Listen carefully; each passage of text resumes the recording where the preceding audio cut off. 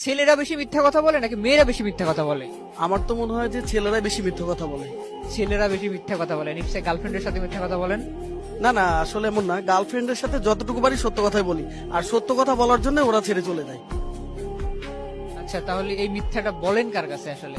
সবচেয়ে বেশি মিথ্যা কথা ছেলেরা বাবা মার সাথেই বলে। লজ্জা করে না বাবা মার সাথে মিথ্যা কথা বলতে? লজ্জা তো একটু করেই, কিন্তু আমি যদি সত্য কথাটা বলতে চাই তাহলে তো তারা দুঃখ পাবে, কষ্ট পাবে, তার চেয়ে মিথ্যাটাই ভালো না? তা কি মিথ্যা বলা হয়? এই যে যেমন কালকে মা রাতে আমাকে ফোন দিল, বললো বাবা কেমন আছো, তুমি কি খেয়েছো? আমি বললাম হ্যাঁ মা আমি খেয়েছি এবং শুয়েও পড়েছি, আলহামদুলিল্লাহ ভালো আছি।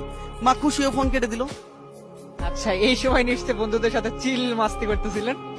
আসলে চিল মাস্তি করতেছিলাম না, আমি গতকাল অসুস্থ ছিলাম এবং অসুস্থ অবস্থায় সারাদিন আমি কাজ করেছি। তখন আমি বাসায় ফিরছিলাম, তখনও না খাওয়া অবস্থায় ছিলাম।